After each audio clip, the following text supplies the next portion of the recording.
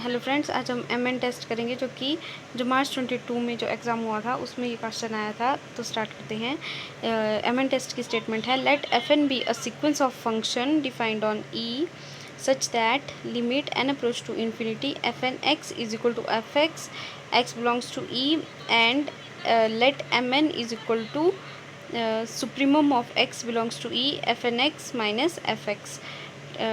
Then f n approach to f uniformly on E if and only if m n approach to 0 as an approach to infinity.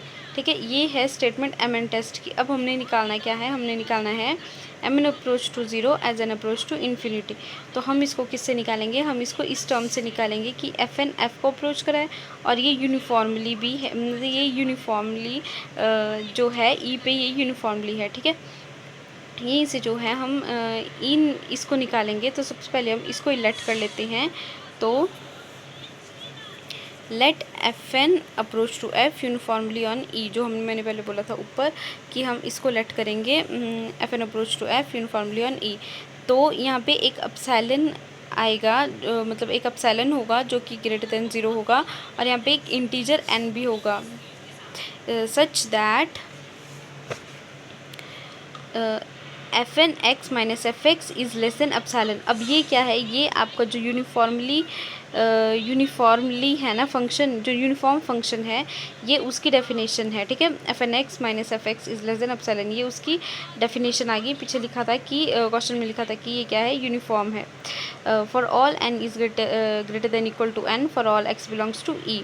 अब हमारे पास M N क्या था, हमारे पास जो M N था वो क्या था, M n is equal to supremum of x belongs to E f n x minus f x. ठीक है, तो हमारे पास एम एन की वैल्यू ये थी। ठीक है, अब एफ एन एक्स और एफ एक्स जो है वो लेस देन अपसाइलन है, मतलब ये भी क्या हो जाएगा, लेस देन अपसाइलन हो जाएगा। तो supremum of x belongs to E f n x minus f x is less than epsilon, मतलब ये क्या हो गया, लेस देन अपसाइलन हो गया।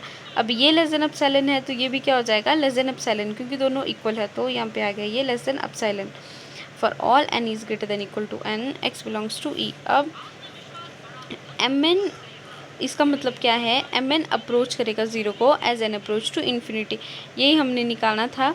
अब हम कन्वर्स निकालेंगे। अब हम किसे निकालेंगे कन्वर्स, जो आपके क्वेश्चन में था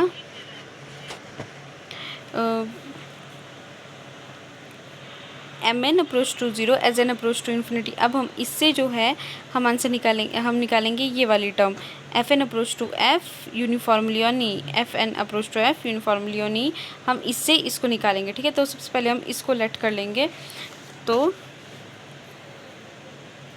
late M n approach to 0 as n approach to infinity and M n approach to 0 as n approach to infinity. यहाँ पे भी अपसाइलन आएगा जो कि ग्रेटर देन 0 होगा और यहाँ पे एक इंटीजर भी एग्जिस्ट करेगा।